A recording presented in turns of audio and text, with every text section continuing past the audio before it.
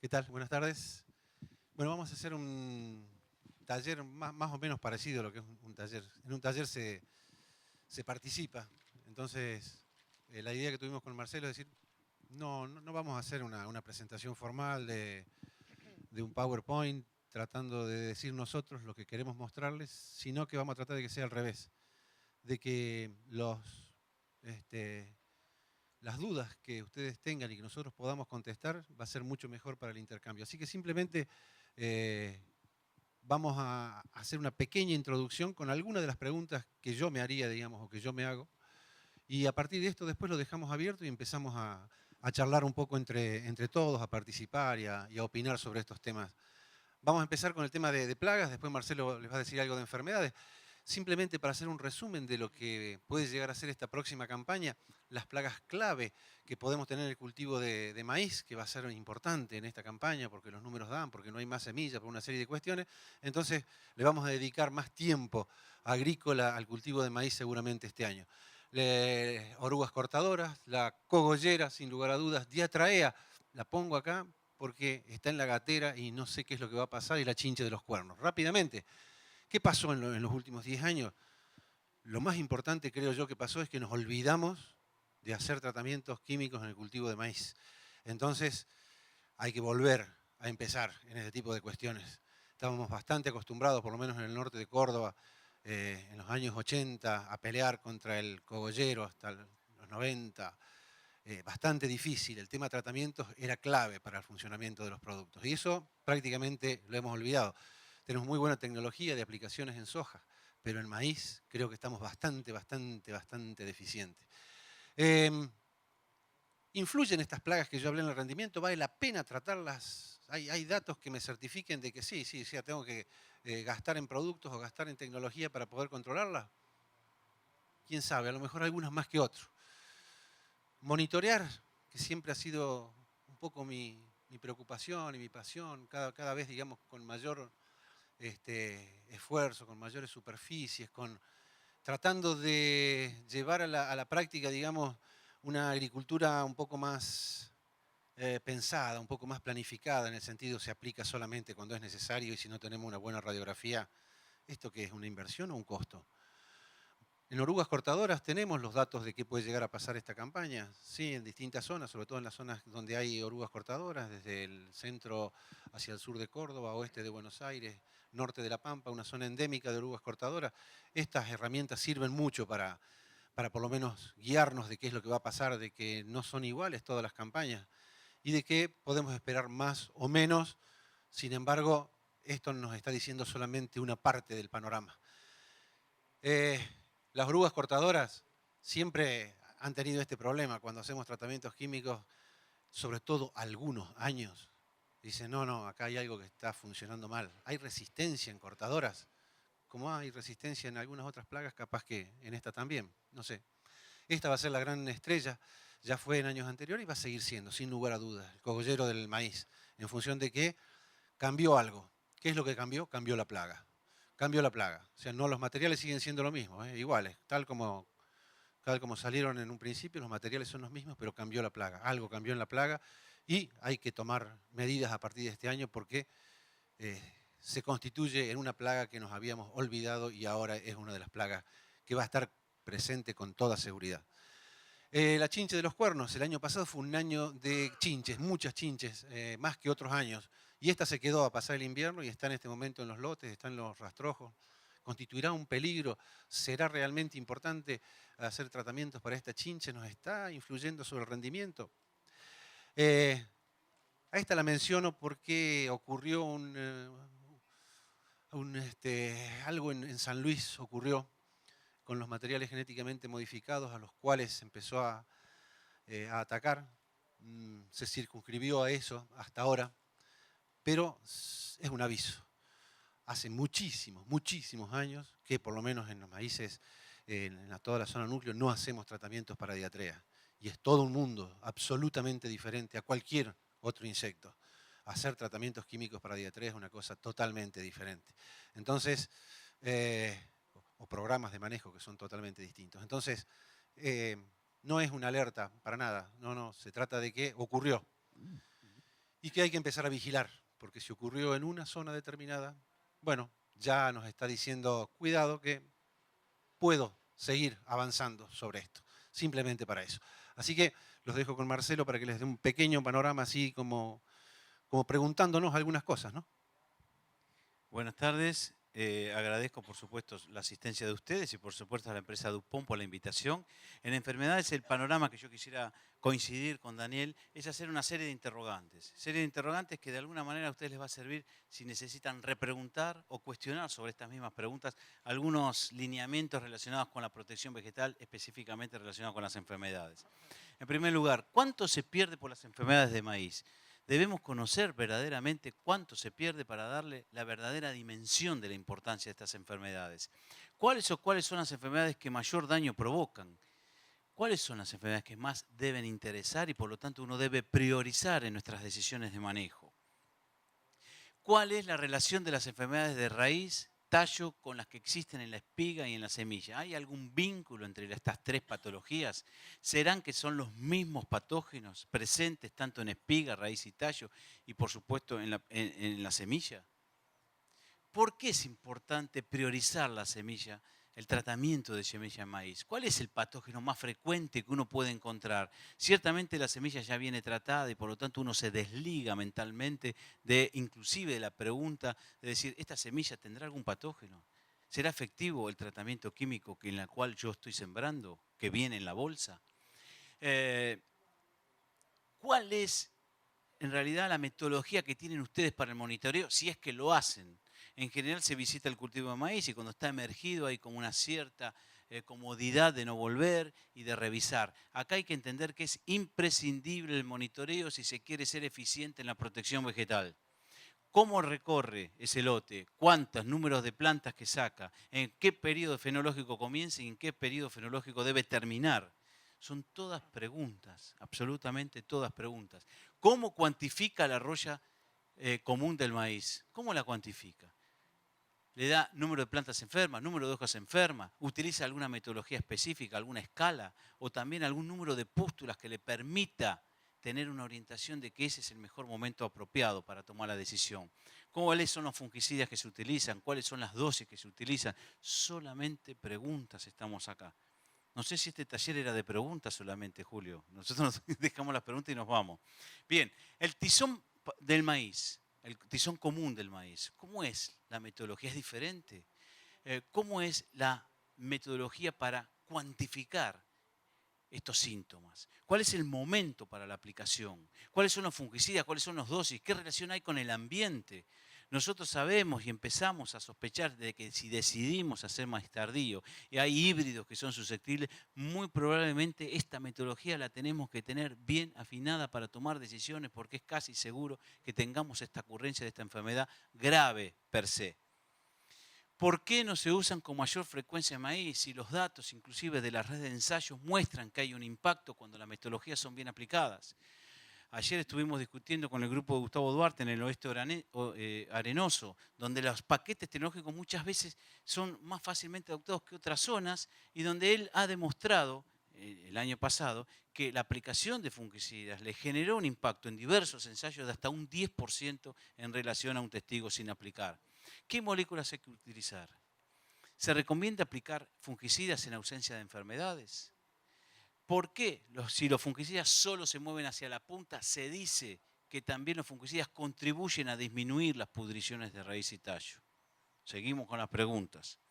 Solamente para que ustedes tengan un reflejo del escenario de interrogantes que reúne el cultivo de maíz, donde requiere capacitación, donde requiere monitoreo, donde requiere demostrar que hay tecnologías necesarias para poder ver el impacto del uso de fungicidas. Cuando uno hace maíz temprano versus maíz tardío, ¿son diferentes los riesgos, los escenarios? ¿Cuál sería el escenario para la presión de inóculo general, el tizón tardío, pudriciones de espiga, roya común, pudriciones de raíz y tallo, mal de río cuarto, quebrado verde? ¿Es lo mismo en un maíz temprano que en un maíz tardío?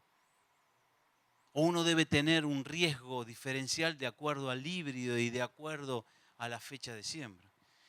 Maíz tardío, que nació casi por el año 2002 con el programa que hizo la Facultad de Agronomía Granero y después con 2 otoños bien secos, y quedó demostrado que el maíz tardío pasa a ser una tecnología que debe ser asumida, y especialmente en algunas regiones como es la provincia de Córdoba.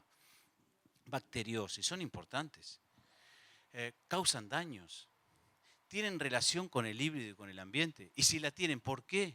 En definitiva, no identificar a aquellos híbridos que tienen muchos más síntomas de bacteriosis y por lo tanto no alarmarse cuando presentan estos síntomas. Pero aún más la complicamos y decimos que existen enfermedades abióticas, pueden ser por utilización de herbicidas, puede ser por cuestiones climáticas, puede ser por cuestiones genéticas, que pueden asemejarse a patologías y por lo tanto podemos estar en el campo confundiendo algún tipo de patologías, como puede ser feoferia cuando en realidad no es, o bacteriosis cuando realmente no es. Son todas estas preguntas que nosotros con Daniel quisimos plantear a modo de aprovechar el concepto de taller.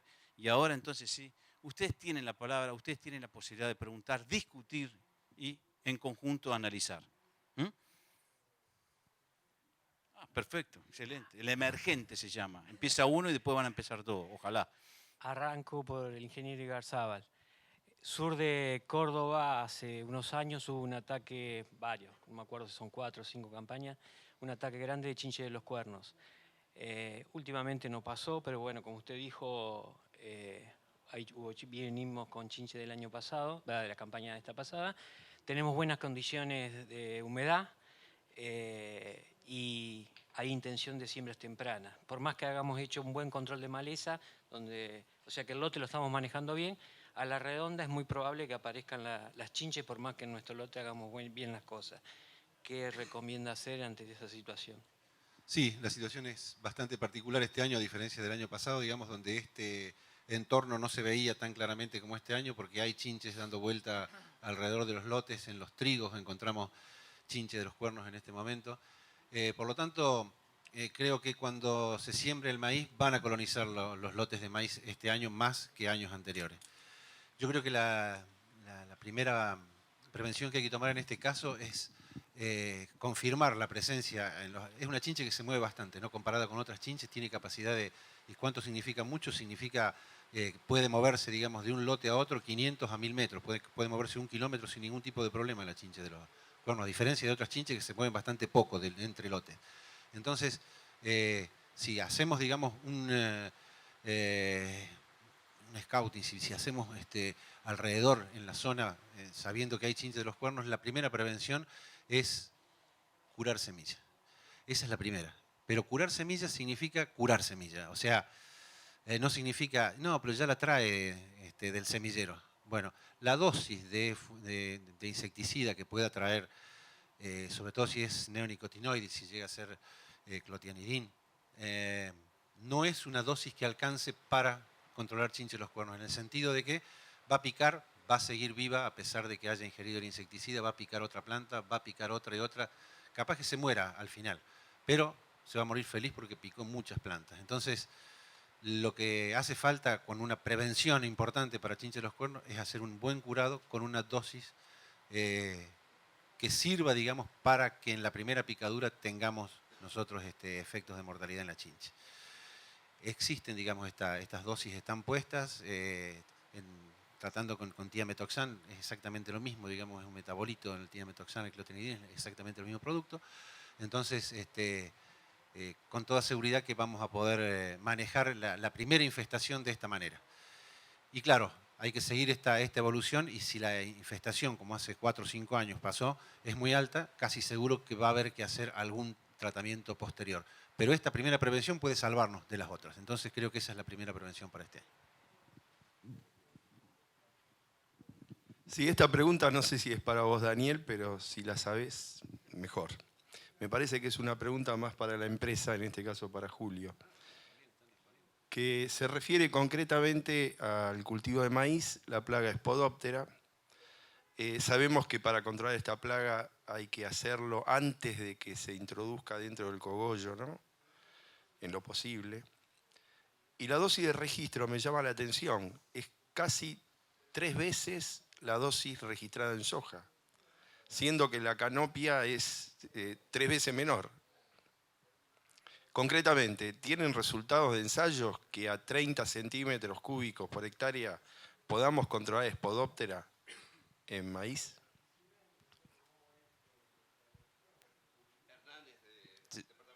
Se le Bueno. contesto yo como servicio técnico. La dosis que está registrada viene un poco por lo que son registros en otros países, lo chequeamos acá, anda bien, y es la dosis en la cual el producto se desempeña diferencialmente del resto. ¿Sí? Yo sé, te miro Daniel porque sé que por ahí desde el punto de vista de asesores o monitoreadores, digamos, en el norte de Córdoba, algunos están usando algunas dosis diferentes, hay gente, digamos, de uso y costumbre que están usando otras dosis. Desde el punto de la compañía lo que decimos que con esas dosis nos estamos asegurando un verdadero desempeño.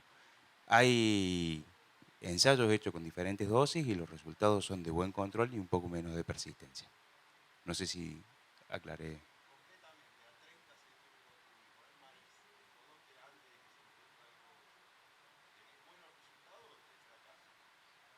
Tenés buenos resultados con plantas chiquitas, con maíces chicos. Sí. Es decir, hay una cuestión económica y una cuestión ambiental. Digamos, en el uso de terápicos, creo que tenemos que tener mucho cuidado, no solo con el costo, sino también con el impacto ambiental.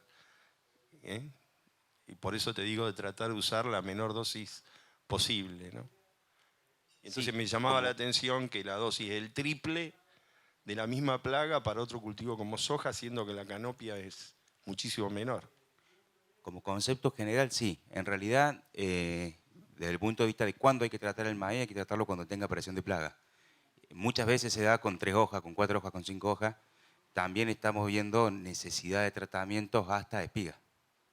Entonces, es muy amplia la situación y pasa acá lo que pasa con muchos productos químicos, donde el registro te mantiene atado a una situación que no te deja muchas veces comportarte como un ingeniero agrónomo. ¿Sí? Donde vos empezás a ver variables y condiciones de manejo que te tendrían que dar la cintura para moverte por ese, digamos, por la dosis en función de eso. Que es un planteo que sé que mucha gente por ahí, vos Daniel lo te he escuchado decirlo. No sé si está bien, o sea, es, para redondearlo es así, digamos, o sea, la dosis que sale registrada es una dosis segura para todos los estadios, digamos, y para la mayor persistencia. Entonces, esa es la dosis que registró la empresa. Pero como vos decís, el técnico como tal puede manejar las dosis en función de que tenés larvitas muy chiquititas, y eso perfectamente lo manejás vos. Pero esa es la dosis que ellos no pueden dejar de decir, porque justamente para larvas más grandes y para que tenga la persistencia que tiene, que es más o menos de 2 semanas, esa es la dosis para lograr eso. Todo lo demás técnicamente lo podés resolver vos. Bueno, esta es una pregunta para Marcelo. Marcelo, la pregunta es la siguiente. ¿Por qué te parece que nosotros hace muchos años ya que hacemos ensayos, tanto en la zona núcleo, digamos, sur de Santa Fe, y en fungicidas en maíz probamos una cantidad importante de moléculas, y también en el sudeste de la provincia de Buenos Aires, en donde tenemos resultados muy buenos a favor de las aplicaciones, ¿no? La pregunta es la siguiente: ¿por qué te parece que cuesta tanto que se adopte la tecnología del uso del fungicida en maíz cuando se ven resultados claramente, muy claramente, sobre híbridos que son sumamente sensibles a enfermedades foliares? Por supuesto, nos vamos a enfocar en eso, ¿no? Sí, sí. Porque hemos probado híbridos no sensibles, moderadamente sensibles, muy sensibles. La tecnología hacia el híbrido sensible,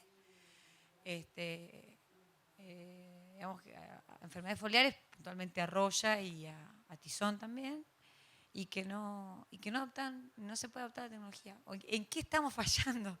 Digamos, cuando hacemos los experimentos, que no logramos que los productores, porque lo ven que hay 1000 kilos de diferencia. O sea, yo en Necochea ya hace el 5.º año que saco 1000 kilos de diferencia. Necochea. Entonces, ¿cómo puede ser que, y también voy a, digamos, la zona de Venado, que es donde trabajamos nosotros, nos pasa lo mismo? Si bien hay un poco más de uso del fungicida en la zona nuestra, digamos, en el sur de Santa Fe, pero igual no vemos la tecnología con la llegada como fue en su momento el uso del fungicida en la soja, ¿no? Bueno, hola Cristina, ¿cómo estás? Bienvenida.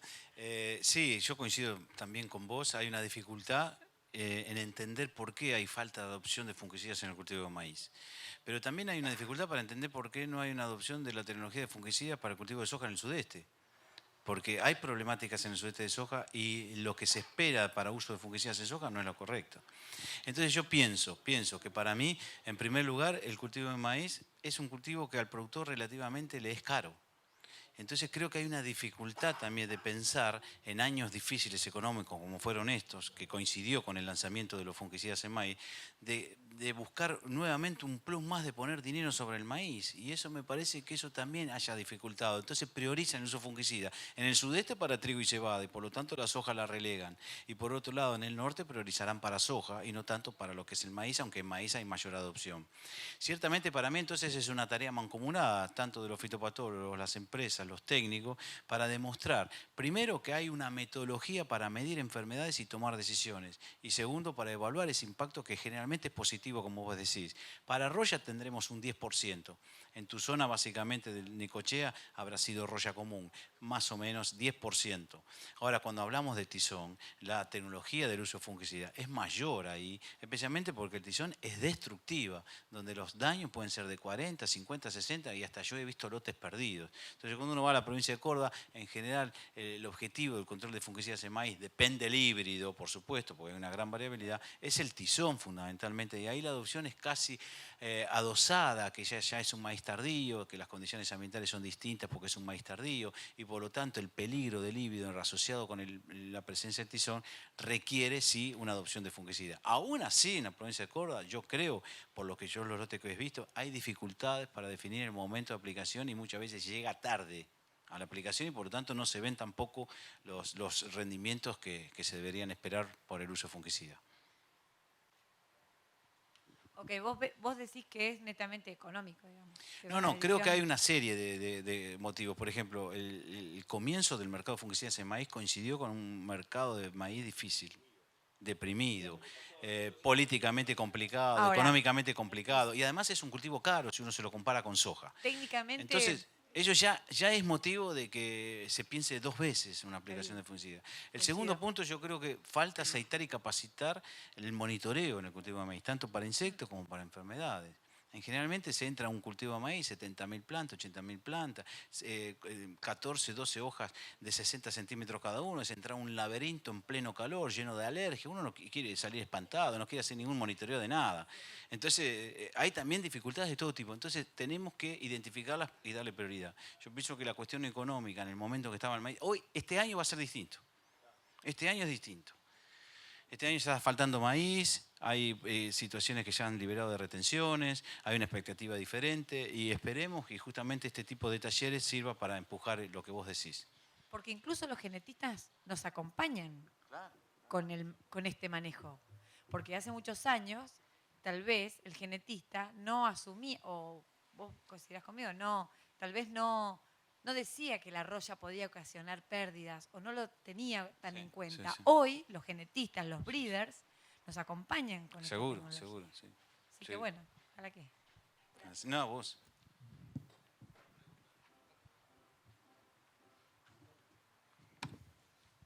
Hola, Daniel, te hago una pregunta sobre manejo de resistencia de insectos en Spodoptera en maíz BT.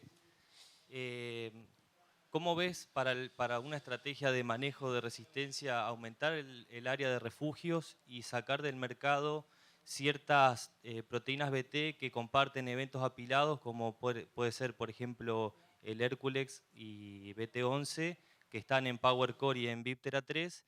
¿Y qué, a ver cómo lo podría preguntar, qué te parece la tibieza con la que están encarando ese tema las empresas de semillero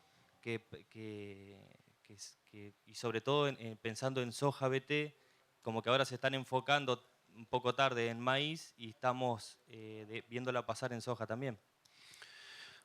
Bueno, son como 5 preguntas en una. A ver cómo lo puedo resumir para que tengamos tiempo.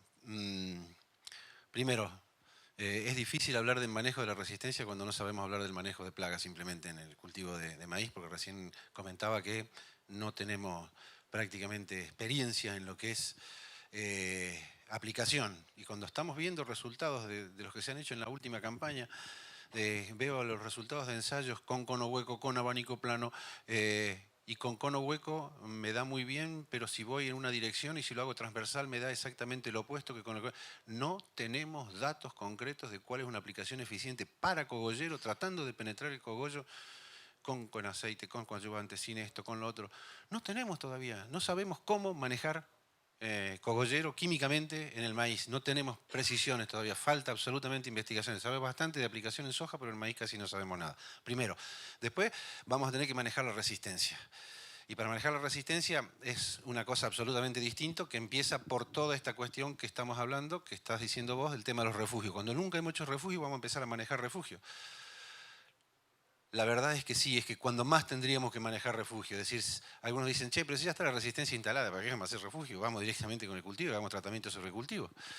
Yo creo que es exactamente al revés, primero. O sea, es cuando más tenemos que hacer refugio. El único lugar de donde pueden salir individuos susceptibles es de los refugios. Por lo tanto, no solo hacer refugio, sino incrementar los refugios. Creo que es absolutamente necesario. Absolutamente necesario significa desde el punto de vista técnico. Ahora, claro, tenemos falencias a nivel estatal, tenemos en cuanto a lo que es control, de lo que es regulación de estas tecnologías.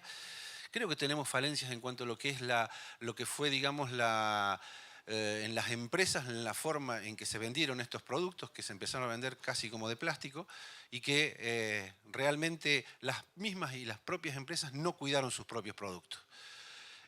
Creo que hay entonces una responsabilidad, porque la responsabilidad parece, no, el productor ahora tiene que hacer manejo de la resistencia y es el productor el culpable de no haber hecho refugios. No, no, no. Es el último responsable el productor, yo creo. El productor es el último responsable.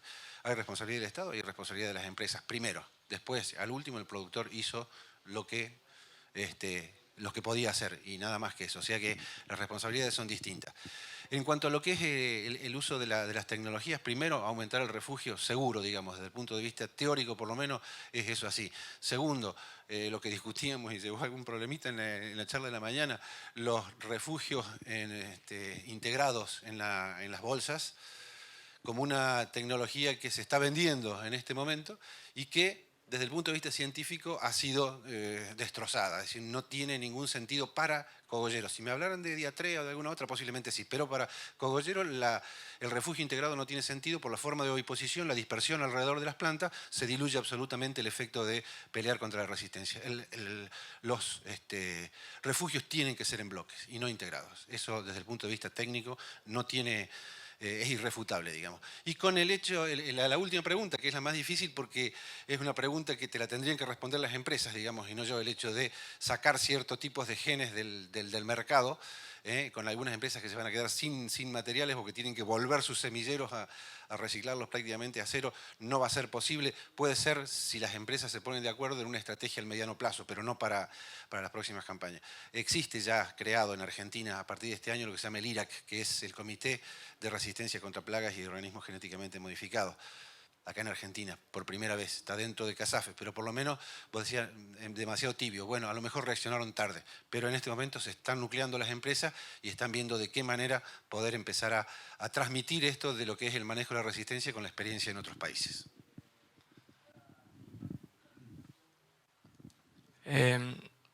Es una pregunta para cada uno. Para usted, Daniel, quería saber... por el tema del manejo de resistencia, cogollero en maíz, digamos clorantraniliprole contra, por ejemplo, espinosad, que es otra molécula, es diferente. ¿Espinosad o espinotorán? Bueno, es una espinosina, no recuerdo bien el nombre, ¿sí? Pero es ese tipo de molécula.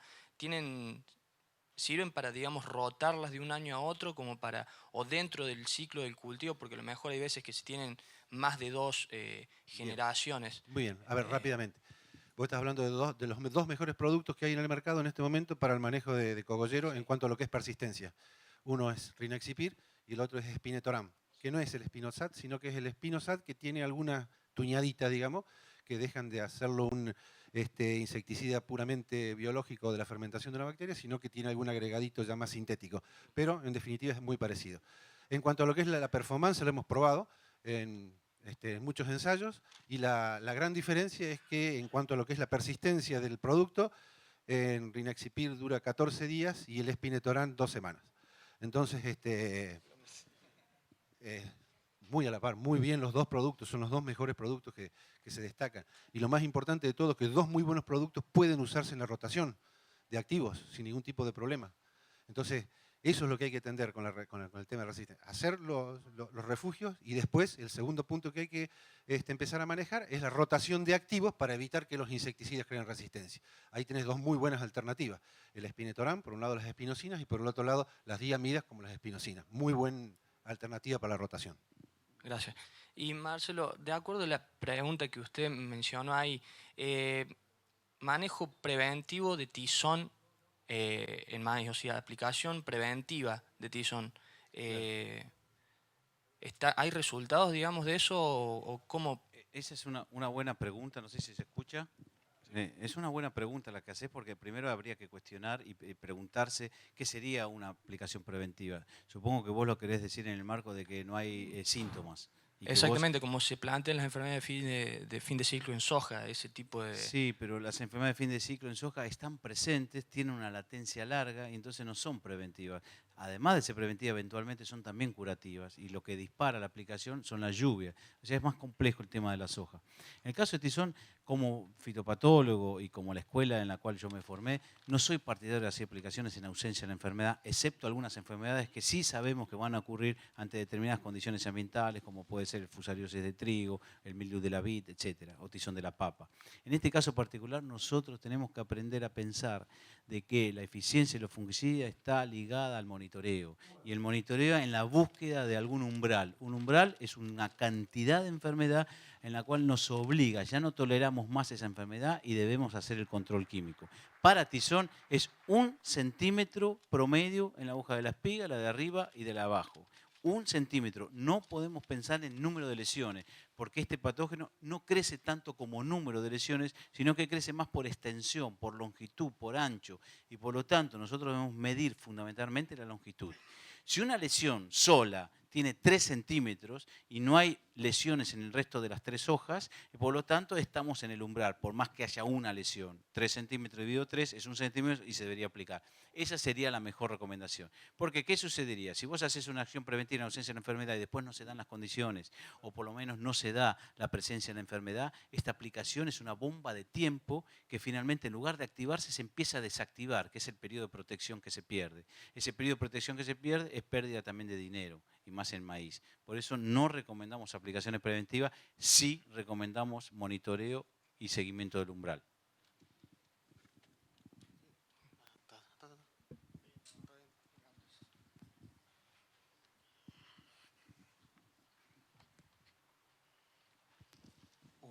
Un pequeño comentario para Daniel. Hay algunos genes obsoletos en maíz que están ligados al glufosinato de amonio, a la resistencia, ¿no? Entonces, por ejemplo, creo, no estoy seguro, que el HX está ligado a la resistencia al glufosinato de amonio. Y me imagino que es muy importante tenerlo. Mi pregunta va a Marcelo. Control de fusariosis en maíz. Bien, Marcelito, ¿cómo te va? ¿De qué fusarium estás hablando? ¿Fusarium verticilliodie o no, graminearum? Bueno, el control de Fusarium graminearum, en primer lugar, ¿dónde se ubica Fusarium graminearum? Puede estar en la semilla, pero en menor porcentaje en comparación a lo que es verticilioides. En la semilla verticilioide puede ser 80-90% de la semilla infectada, mientras que Fusarium graminearum el porcentaje es menor. ¿Dónde más se encuentra Fusarium graminearum? En la pudrición de raíz y tallo, en la base del tallo. ¿Y dónde más se encuentra? Por supuesto en la espiga, que este año han visto algunos problemas, no solamente de graminearum, sino hasta de diplodia.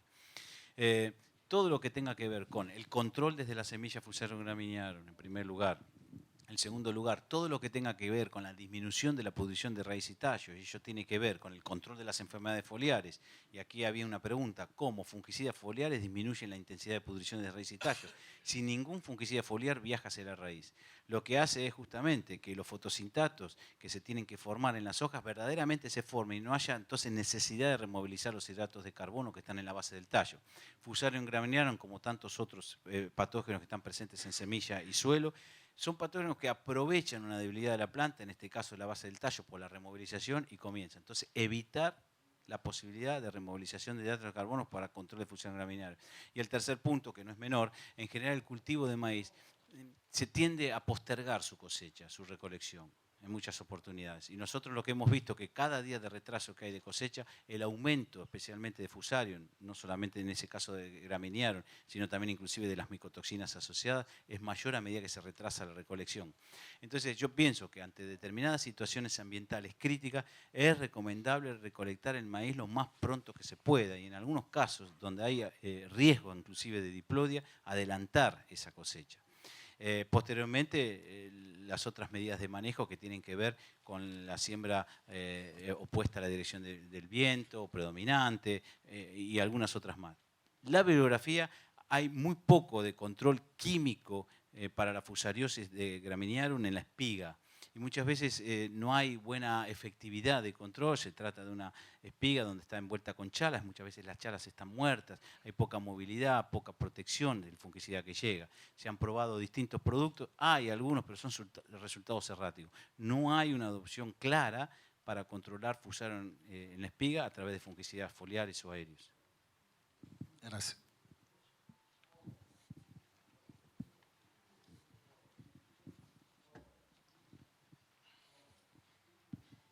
Hola, ¿qué tal? Buenas tardes. Yo simplemente quería sumarme un poco a la consulta que había hecho él y aportar una experiencia que tuve el año pasado, justamente evaluando la aplicación de fungicidas. Se nos había planteado la duda de la respuesta a la aplicación en estados reproductivos avanzados, ¿sí? Que por ahí, yo estoy en la zona de Villa María, esa zona es medio por ahí complicada la adopción, me sumo a lo que decía la colega de Necochea, entonces buscándole un poco la vuelta a eso, quisimos evaluar esto. En esa experiencia se aplicó en estado reproductivo en R2, más estrictamente, en algunos lotes había presencia de la enfermedad y se había llegado al umbral y en otros no. Entonces, queríamos evaluar eso y determinamos en R5, ¿sí? Visualmente y después en los resultados de rendimiento también, encontramos respuesta en todos los lotes donde se hizo el tratamiento, ¿sí? Obviamente el año pasado fue un año que las lluvias y la humedad ambiente ayudó muchísimo a la propagación de la enfermedad y y eran híbridos no susceptibles, lo que nosotros llamamos no susceptibles en la zona, ¿sí? Entonces, creo yo que evaluando un poco la característica del híbrido, las condiciones ambientales y la presencia de la enfermedad, yo creo que está más que recomendado y está más que comprobado el beneficio del tratamiento. Inclusive cuando todavía muchas veces no se llega al umbral de tratamiento, ¿sí? Entonces, aprovecho para hacerte una consulta y en base a eso, ¿qué podés haber estado trabajando vos, Marcelo, Sí. en este sentido? Yo el año pasado estuve conversando un ratito con vos y vos me habías comentado que más que nada en híbridos susceptibles vos tenías un parámetro que tenía que ver con las lluvias a partir de determinada, no sé si era a partir de B6, B7, que a vos te podía llegar a ayudar a predecir que a lo mejor podía haber un ataque tardío de la enfermedad. ¿Sí? Sí. Por eso quería aprovechar para... Es interesante tu propuesta y de intercambio de experiencia, pero yo también tengo experiencias y ensayos en aplicaciones de fungicidas en ausencia de la enfermedad que dieron menor que un testigo. Es decir, las variabilidades erráticas en el uso de fungicidas, por lo cual el productor debe ir a lo seguro y el monitoreo es el primer paso. Y el umbral de 1 centímetro es muy poco, es como si no hubiera enfermedad a la vista de relevar pocas muestras. sí, la experiencia muestra que además hay que ayudarse, no solamente con la información del híbrido, sino a través de las condiciones ambientales. En nuestro caso, nosotros hemos detectado que a partir de lluvias acumuladas a partir de V6 y que alcance 70, 100 milímetros, se dispara claramente a partir de R1 y R2 el crecimiento de tizón en híbridos susceptibles. Y esto es una realidad. Entonces, está muy buena tu experiencia, hay que incorporar la información del híbrido, la información del ambiente y, por supuesto, el monitoreo para mí es obligatorio si se quiere ser sustentable con el uso de fungicidas. Lamentablemente nos estamos quedando sin más tiempo, hay que dar paso al siguiente taller. Le damos las gracias a los expositores y bueno,